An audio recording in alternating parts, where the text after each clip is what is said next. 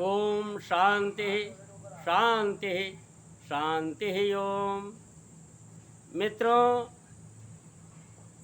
आप ये संस्कृत के विद्वान हैं श्री नित्यानंद जी, जो कह रहे हैं कि स्वामी दयानंद सरस्वती को हम स्वामी तो कह सकते हैं लेकिन महर्षि नहीं कह सकते।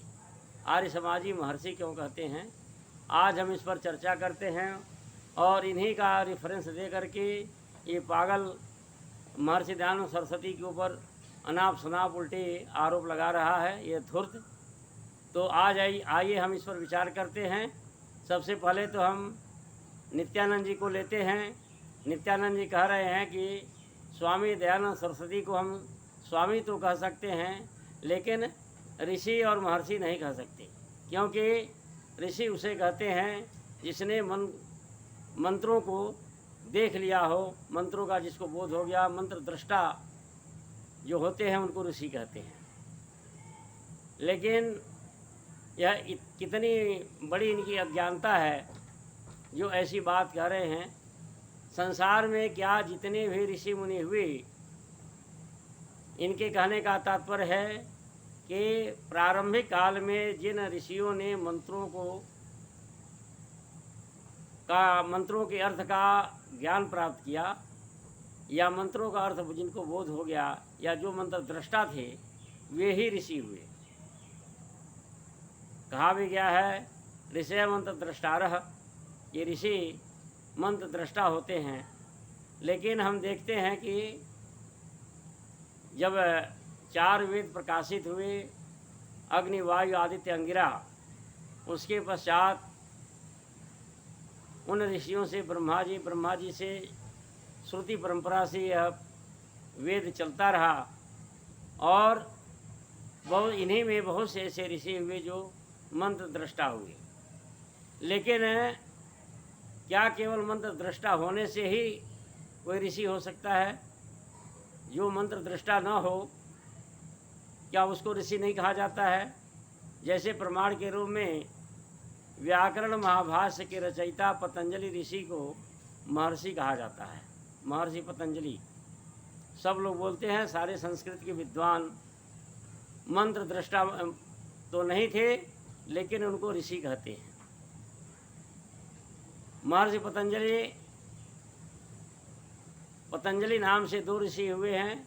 एक तो योग दर्शन के रचयिता, जो महाभारत युद्ध के पूर्व हुए थे, और योग दर्शन का भाष्य आगे चल कर के व्यास ऋषि जी ने भाष्य किया योग दर्शन पर।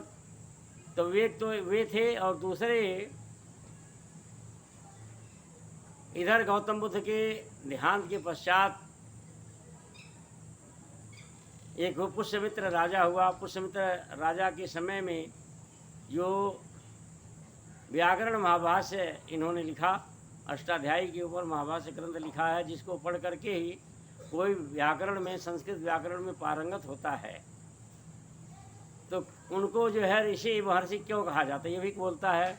नित्यानंद जी भी उनको ऋषि बोलते हैं, महर्षि भी बोलते हैं। और जितने भी संस्कृत के विद्वान हैं सब उनको ऋषि महर्षि बोलते हैं। तो क्या वे मंत्र दृष्टा थे? और महर्षि दयानंद सरस्वती तो मंत्र दृष्टा थे ही, इसके साथ साथ सारे वैदिक शास्त्रों के गहन अध्येता थे।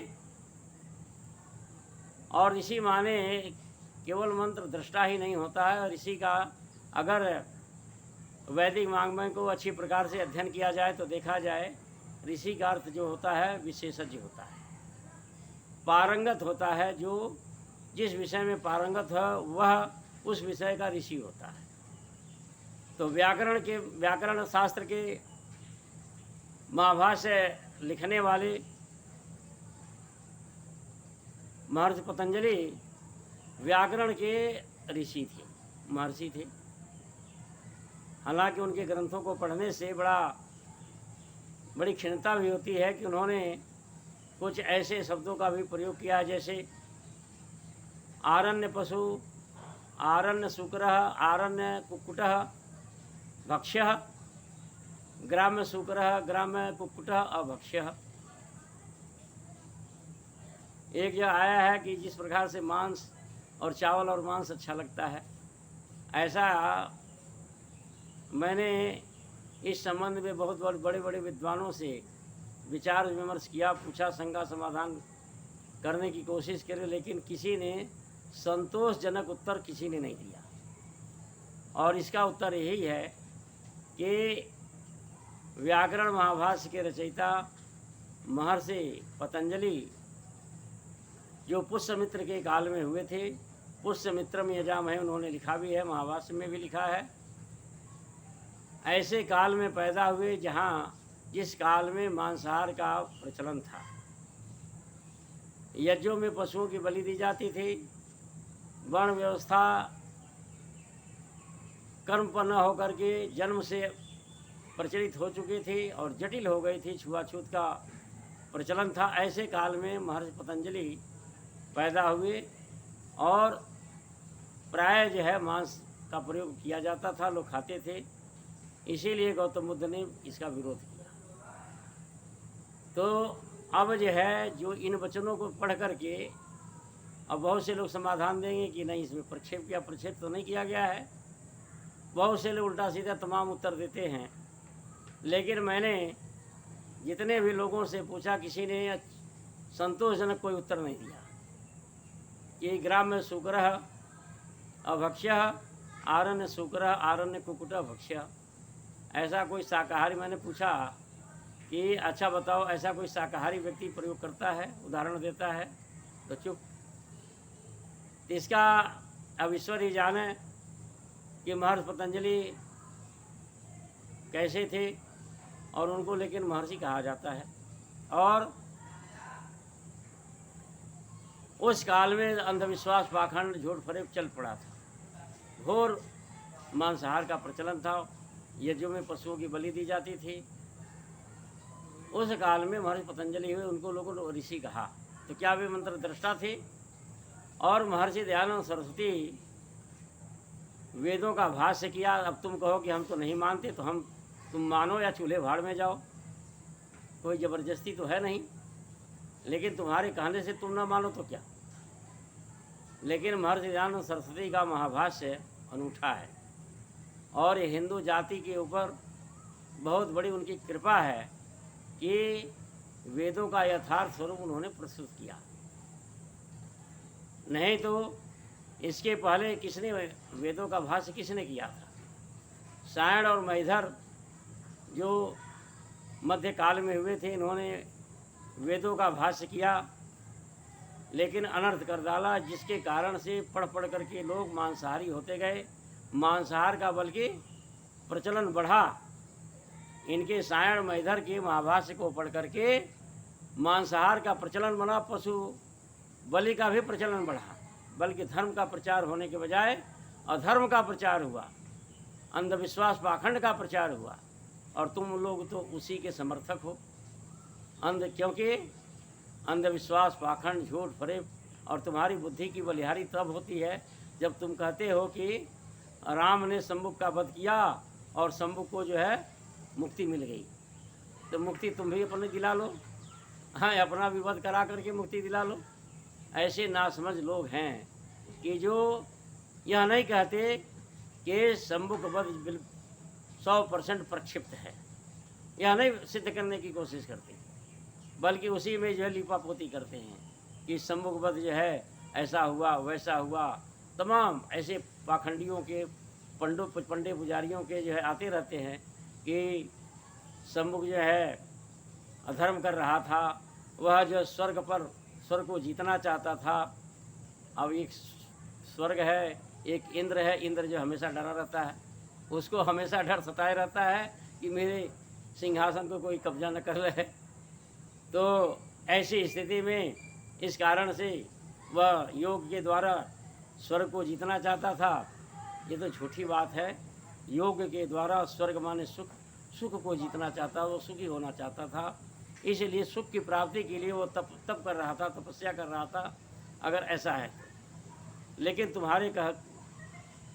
तुम्हारे अनुसार राम ने तो शंभु का वध कर दिया। और तुम ये दिखाते हो कि जब शंभु का वध कर दिया तो स्वर्गलोक को सिधार के। अच्छा ही बताओ, जब अधर्म कर रहा था तो भगवान राम ने जब मार दिया उसको, उसका वध किया, तो उसको मोक्ष कैसे प्राप्त हो गया है? उसको मोक्ष कैसे प्राप्त हो जाएगा? उसको तो दंड मिला। तो ये ऐसे तो मोक्ष तो तमाम चोर उचक्कों को मिल जाएगा। लेकिन सच्चाई तो यह है कि भगवान राम ने वो शंभु का वध किया ही नहीं था। यह घटना पूरी की पूरी काल्पनिक है। और जो तुम कहते हो कि महर्षि दयानंद सरस्वती को हम स्वामी कह सकते हैं, ऋषि और महर्षि नहीं कह सकते, तो तुम अनाप शनाप जो बकना हो बको। लेकिन हम तो उनको महर्षि ही मानते हैं, क्योंकि सारे ऋषियों से श्रेष्ठ थे। प्राचीन काल में जितने भी ऋषि हुए और ऋषियों के ऊपर शक करना, अंगुली उठाना, यह सबसे बड़ा पाप है। हम तो यह मानते हैं कि संसार में जितने भी ऋषि मुनि हुए, ये सारे के सारे पवित्रात्मा, योगी, धर्मात्मा, त्यागी, तपस्वी, जितेंद्री थे। इनसे लेस मात्र, किंचित मात्र भी त्रुटि नहीं हो सकती थी। अब तुम भगवान राम को तुम भगवान मानते हो, लेकिन हम कहते हैं कि ऋषि मुनि भगवान राम से, भगवान कृष्ण से भी ज़्यादा ऊंचे थे। ऊंचा स्थान है ऋषि मुनियों का। राम और कृष्ण और जितने भी महापुरुष हुए, राजा महाराजा, उन सबसे ऊंचा स्थान ऋषि मुनियों का है। और राम भी महान थे, लेकिन ऋषि मुनि महानतम थे। हमारी ऐसी मान्यता है कि किसी ऋषि मुनि से कोई लेस मात्र भी त्रुटि नहीं हो सकती। हम इतनी श्रद्धा रखते हैं। और ऋषि मुनियों को देखना हो तो उनके दर्शन को देखना चाहिए। छह दर्शनों की रचना जो 6 ऋषियों ने करी है, इन रचनाओं को देख करके हमें ज्ञात होता है कि ऋषि मुनि कितने महान थे। लेकिन सारे ऋषियों में एक बात थी कि योगी थे, साधना में लगे रहते थे, छात्रों को पढ़ा देते थे और पुस्तकों का प्रणयन करते थे। अध्यापन, पुस्तकों का लिखना और योगाभ्यास, ये 3 कार्य था ऋषियों का। इसके अतिरिक्त कोई कार्य नहीं था। और वे जितेंद्री थे, धर्मात्मा थे, त्यागी, तपस्वी थे, इसमें कोई शक नहीं। इसीलिए ऋषि थे। लेकिन महर्षि दयानंद सरस्वती की विशेषता क्यों है? सभी ऋषियों से महान हैं, सभी ऋषियों में सिरमौर हैं। क्यों हैं? क्योंकि महर्षि दयानंद सरस्वती योगी भी थे और समय समय पर अपना उपदेश के माध्यम से जन जागृति करते थे और शास्त्रों का पठन भी किया उन्होंने। तमाम पुस्तकें लिखी, व्याकरण के ऊपर भी लिखी और समाज सुधार के लिए भी लिखी। लेकिन ऋषि मुनि जो जंगल में रहते थे, प्राचीन काल के ऋषि मुनि जंगल में रहते थे, साधना करते थे, ध्यान में मग्न रहते थे, छात्रों को पढ़ाते थे और पुस्तक की रचना, 3 कार्य करते थे।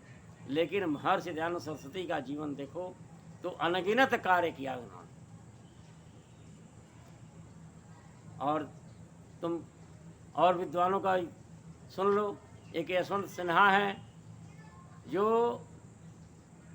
कह रहे हैं कि स्वराज शब्द का प्रयोग सबसे पहले महर्षि दयानंद सरस्वती ने किया। सर सैयद अहमद खां अंग्रेजों की बड़ी बड़ाई करते थे, बड़ी तारीफ करते थे और महर्षि दयानंद सरस्वती के सामने भी करते थे। लेकिन ऋषि दयानंद एक शब्द में ही जो निरुत्तर कर दिया उन्होंने। कहा सुराज और स्वराज दोनों में बहुत अंतर है। सुराज से अच्छा स्वराज होता है। सुराज में हम कुत्ते की भांति होते हैं कि मालिक टुकड़ा डालता है, हमें वो मार भी दे तब भी हम दुम दबा करके बैठे रहेंगे। लेकिन स्वराज में हम सिंह गर्जना भी कर सकते हैं। किसी विपरीतवाद के खिलाफ खुल करके हम बोल सकते हैं स्वराज में। लेकिन सुराज, अंग्रेजों का जो सुराज है, वह किसी भी हालत में स्वराज से अच्छा नहीं हो सकता है। महर्षि दयानंद सरस्वती ने एक शब्द में ही ऐसा, उनका जो एक तटस्थ महाविद्वान हैं, उनका कहना ऐसा है। और ये जो है नित्यानंद जी दुनिया को भरमा रहे हैं, उल जुलूल बातें करते हैं और कह रहे हैं कि महर्षि स्वामी दयानंद सरस्वती को हम स्वामी कह सकते हैं, ऋषि और महर्षि नहीं कह सकते। वाह! अरे ऋषि महर्षि दयानंद सरस्वती तो ऋषियों में सिरमौर हैं कि क्या क्या कार्य उन्होंने नहीं किया। और पशु बलि तुम मूर्खों के कारण से ही समाज में पशु बलि का प्रचलन हुआ। सायण मैधर का भाष्य का तुमने प्रचार किया, पशु बलि का प्रचलन हुआ। गौतम बुद्ध जी ने कुछ जो है रोक लगाई, लेकिन उनके भी यदा कदा मांस खाने से बौद्ध भी उनके अनुयायी स्वयं मांसाहारी हो गए। गौतम बुद्ध ने मांसाहार का तो विरोध भी किया, पशु बलि का विरोध भी किया, लेकिन मांस खाते थे। कभी कभी दान दक्षिणा में भिक्षा में मांस में खा लेते थे, तो उनके चेले भी खाने लगे। जब चेले खाने लगे तो बहुत सारे बौद्ध खाने लगे। आज देख लो सारे संसार में कुछ ही जो है बौद्ध शाकाहारी ने, सब मांसाहारी। और संसार में सबसे ज़्यादा जो है मांस का प्रयोग बौद्ध ही करते हैं, ईसाई और मुसलमानों से भी ज़्यादा करते हैं। क्यों? क्योंकि चीन देख लो, चीन है, कोरिया है, हांगकांग है, फिलीपींस है, ताइवान है, ये क्या नाम है, थाईलैंड है, सिंगापुर है, ये जितने भी बौद्ध देश हैं, यहाँ जो है सारे पशु को खाते हैं। कुत्ता भी खा जाते हैं, बिल्ली भी, कुत्ता भी, बिल्ली भी, केचुआ भी, कीड़े मकोड़े भी। और कीड़े मकोड़ों का अचार बहुत बढ़िया बना के खाते हैं। कोई भी जंतु छोड़ते नहीं, सब खा जाते हैं। न तो ईसाई, कुत्ता बिल्ली तो ईसाई भी नहीं खाते, मुसलमान भी नहीं खाते। लेकिन ये बौद्ध जो है, जितने बौद्ध हैं अधिकतर जो है ये सब मांसाहारी, चबाते रहते हैं। अत्यंत ये इतनी हिंसा और इतनी क्रूरता, इतना बड़ा मांसाहार बौद्धों में क्यों आया? क्योंकि गौतम बुद्ध भी कभी कभी मांस खा लेते थे। उसका जो है परिणाम तुम्हारे कथनानुसार, हमें तो विश्वास नहीं होता कि खाते होंगे, लेकिन जितने सारे बौद्ध जब यही कहते हैं कि गौतम बुद्ध ने मांस खा लिया, मांस खा लिया, मांस खा लिया, तो तुम्हारे कथनानुसार तो जो है बौद्धों के कथनानुसार। लेकिन महर्षि दयानंद सरस्वती ने देखो पशु बलि का भी भारत में जो आज ह्रास हुआ है पशु बलि का, ये महर्षि दयानंद सरस्वती की देन है। आज तुम्हारे मुंह पर चाटा मार रहे हैं दलित सारे जो है तुम्हारे पाखंड पूर्वक प्रवचन से, चाहे ढोल गमार सूत्र पसनारी इसकी व्याख्या करो, चाहे सम्मुख बद की व्याख्या करो, चाहे गलब के अंगूठे की व्याख्या करो, तुम अपने बेटे का अंगूठा नहीं कटवा सकते। जब सम्मुख बद की मुक्ति हो गई तो तुम भी करो ना, सम्मुख का रास्ता अपनाओ, अपनी भी मुक्ति कराओ है। तब भगवान राम ने सम्मुख का वध किया था, उसको मुक्त किया था, तो अब तुम्हें कोई मिल जाएगा, तुम भी कराओ अपनी उल्टा सीधा, कोई उल्टा सीधा कार्य करो। ये मूर्खों वाला तर्क जो है कि राम ने सम्मुख का वध किया जायज़ था, जायज़ नहीं, अगर किया तो नाजायज़ गलत। लेकिन नहीं, सच्चाई तो है कि भगवान राम ने सम्मुख का वध किया ही नहीं था, ये झूठी बात है। लेकिन तुम जो है इसको उचित सिद्ध करने का असफल प्रयास करते। तुम्हारे इस कथन से, तुम लोगों के कथन से कि भगवान राम ने जो सम्मुख का वध किया था उचित था, और इसकी व्याख्याएं जो बदलते हो, क्या किसी दलित को तुमने जो है राम के प्रति श्रद्धावान कर दिया? नहीं कर सके, तुम कर ही नहीं सकती। तुम्हारे इस कथन से क्या कोई दलित राम का भक्त बन गया? एक भी नहीं बना, बल्कि और तुम लोगों के प्रति और घृणा उसके अंदर उत्पन्न हो जाती है। तो जो ये कह देते हो कि स्वामी दयानंद सरस्वती ऋषि महर्षि नहीं थे, तू झूठा और तेरे विचारक सारे जो है सब झूठे। महर्षि दयानंद सरस्वती ऋषि थे, महर्षि थे, और महर्षियों में भी सिरमौर थे। क्यों? क्योंकि जो कार्य महर्षि दयानंद सरस्वती ने किया भारत के उत्थान के लिए, दलितों के उत्थान के लिए, हिंदू जाति के उत्थान के लिए, गरीबों के उत्थान के लिए, और महिलाओं के उत्थान के लिए, वेदों के उत्थान के लिए, हिंदी भाषा के उत्थान में कौन सा ऐसा क्षेत्र है, और प्राणियों की भी रक्षा में, प्राणियों की रक्षा में क्या क्या आंदोलन नहीं किया महर्षि दयानंद सरस्वती ने। आंदोलन भी किया, लेख भी लिखे। गौशाला, सबसे पहले भारत में गौशाला महर्षि दयानंद सरस्वती ने खुलवाई। सारा संसार ऋणी है ऋषि दयानंद का।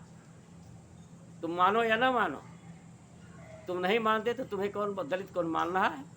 कोई दलित तुम्हारा मान रहा है? ये सारे दलित जो है देख लेना, एक दिन 20-25, ज़्यादा दिन दूर नहीं है, 20-25 साल के अंदर अंदर सारे दलित बौद्ध बन जाएंगे।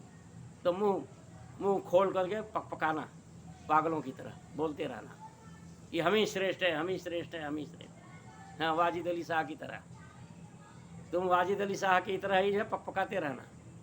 तुम्हारी बुद्धि है ही नहीं, भगवान ने दी ही नहीं, क्योंकि तुम्हारा नाश लिखा हुआ है। तो जो ये और इसके अलावा ये मूर्ख जो है महर्षि दयानंद सरस्वती को गालियाँ देता है, मूर्ख कहीं का, निकम्मा। इसके तो जो उत्तर मैंने बहुत दिया है। ऐसे पाइए तो जब पकड़ा भी गया, जेल में भी गया, जो दूसरा व्यक्ति है जो मूर्ख आदमी, ऋषि दयानंद का लोहा किसने नहीं माना है? अरे इसी से देख लो कि महर्षि दयानंद सरस्वती से शास्त्रार्थ करने के लिए तुम 25 पंडित काशी में इकट्ठा क्यों हुए हैं? तुम सबको बोध था ना कि वह अकेला ही हरा देगा, इसीलिए तो तुम 25 आए थे। अगर तुम्हारे अंदर ऋषि दयानंद के विद्या का तुम्हें बोध नहीं होता, विद्या का बोध नहीं होता, और तुम ये नहीं मानते कि महर्षि दयानंद सरस्वती बहुत बड़े विद्वान हैं, तुम संसार के सबसे श्रेष्ठ विद्वान हैं, योगी है, त्यागी तपस्वी है, तो तुम में से कोई एक आता शास्त्रार्थ करने के लिए। लेकिन तुम दल बल के साथ, राजा की सहायता के साथ 25 आकर के एक सन्यासी के सामने खड़े हो गए। उसी दिन तुम्हारी जो है एक तो हार हो गई, और उसी दिन सिद्ध हो गया कि महर्षि दयानंद सरस्वती से इतने लोग डरते थे।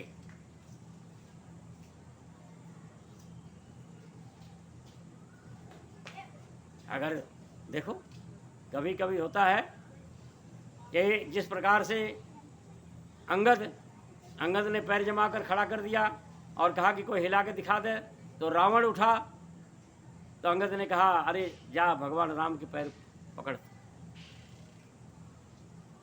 उसी प्रकार से अगर महर्षि दयानंद सरस्वती की विद्वता नहीं होती, विद्वान महाविद्वान नहीं होते, तो 25 पंडित आते ही नहीं, एक कोई पंडित आता। लेकिन 25 पंडित उनके सामने शास्त्रार्थ के लिए राजा की सहायता लेकर उपस्थित हुए। इस घटना से ही सिद्ध हो जाता है कि महर्षि दयानंद सरस्वती महाविद्वान थे, और तुम सारे उनसे डरते थे, डरपोक कहीं के। इति हो।